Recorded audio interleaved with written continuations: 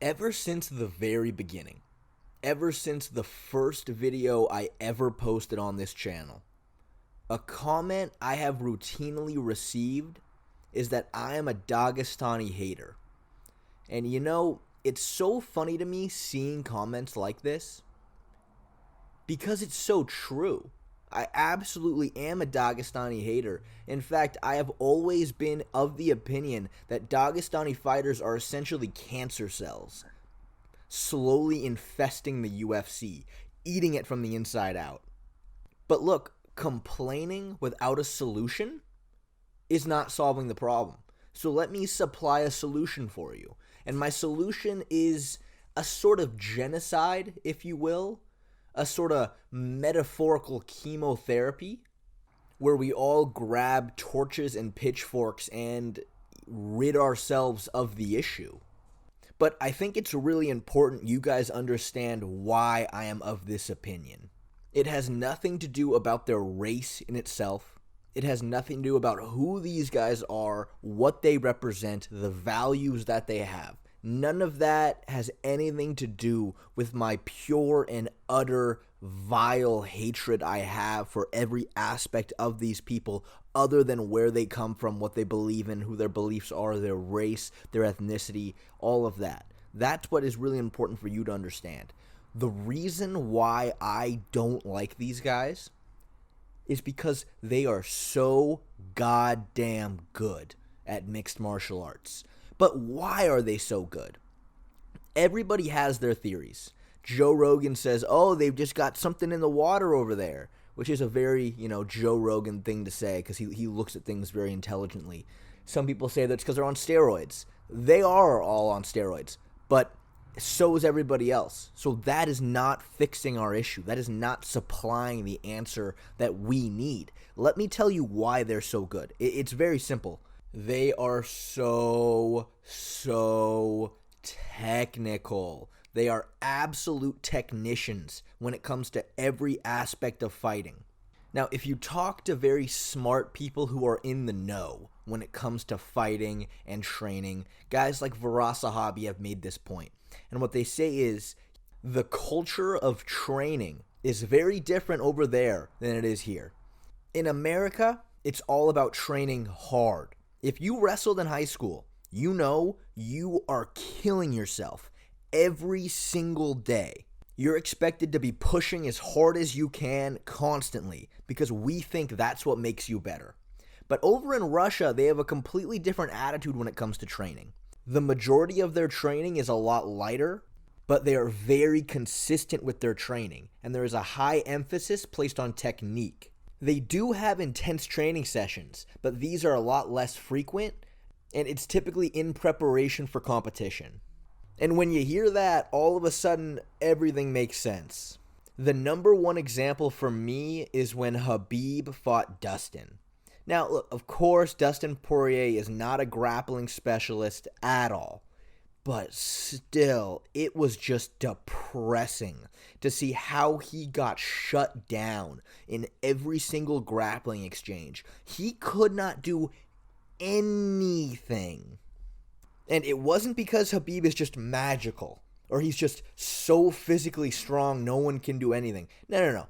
Every little movement he did was perfect. It was so refined, so concise that frankly, it's just depressing.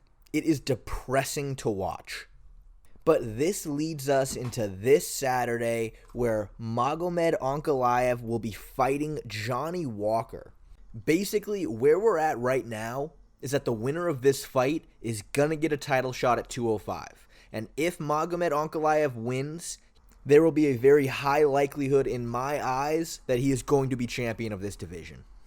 But for starters, I do not understand why their first fight was a no contest.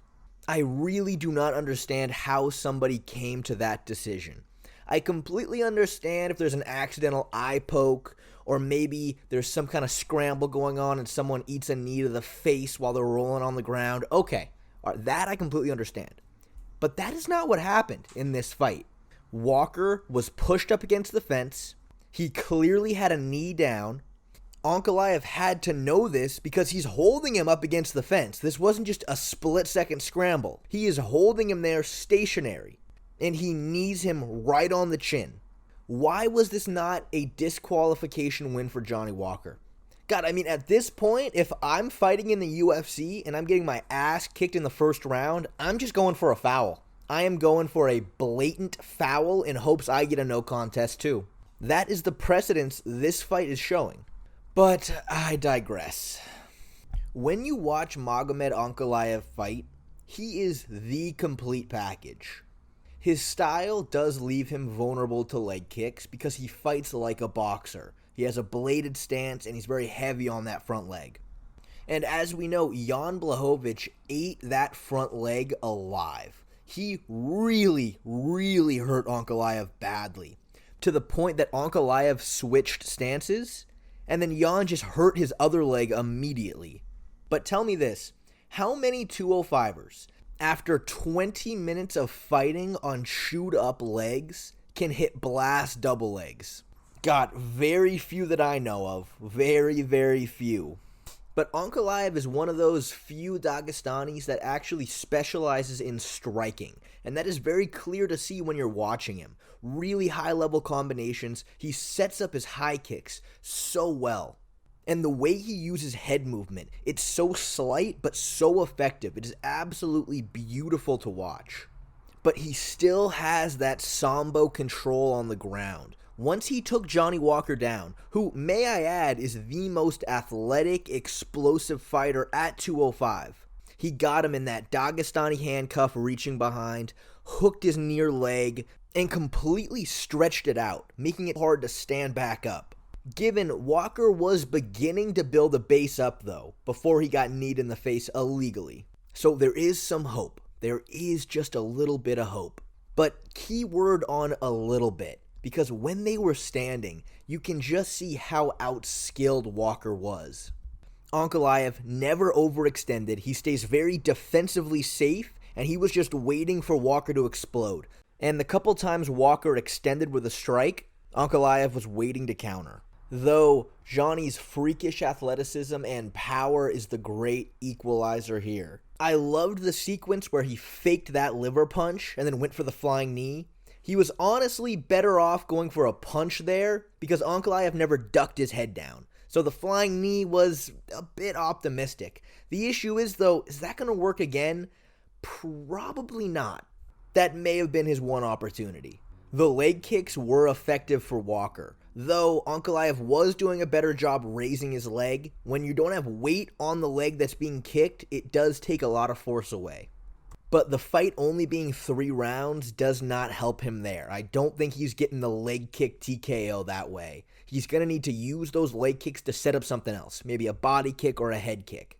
So man, I am really rooting for Walker. I really, really am. But as you can tell, I am a bit bearish on that opportunity. Because the fact of the matter is, Magomed Ankalaev is so scary good. And I have a feeling we're just waiting on that Dagestani takeover. We're here at the very beginning.